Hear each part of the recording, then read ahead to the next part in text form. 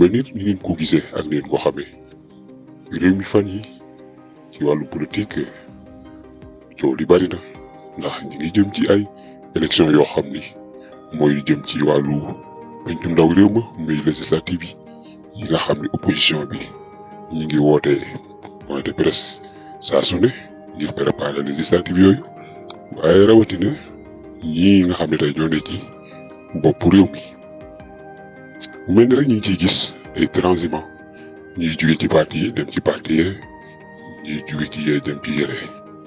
mu ni Déthié Fall ni ngeen ko xamee ak rejoindre bi mu rejoindre Pastef ñëwaat tëjoo kii di PM di Ousmane Sonko premier ministre ñoom ñaar ñuy waxtaan lu yàgg booy gis ngeen fi mu mujjee daal di jël si waat coowal politique ba tey fii ci suñu réew Sénégal mel ni kii di Samba Ndiaye di ancien directeur général de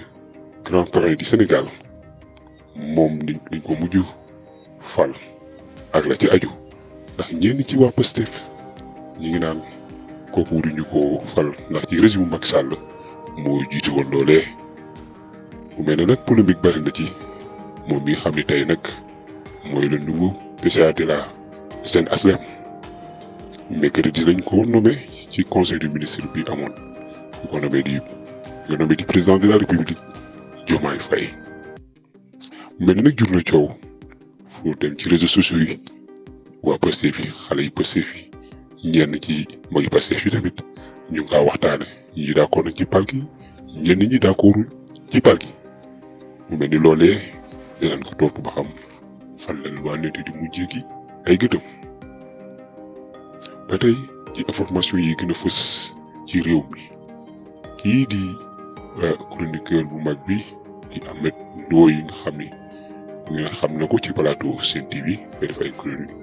yoo xam ni daanaka day dal ci nouveau gouvernement ci lu bare bari di leen xarab moom nag dañ ko arrêté ca si bi xotaan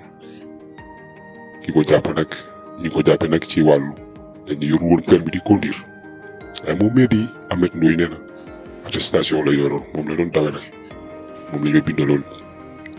mu nekk nag coow loo xam ne tamit dinañ ko topp ba xam fan la wànnente di mu jékki ay gëtëm ba tey ci coowal politique nga xam ni kii di Bougane Gueye Dany ñu arrêté ko keroog ci ba muy dem Bakel bu fa président nekkee doon taxaw si dafa nekk moom it ak ñamu àndaloon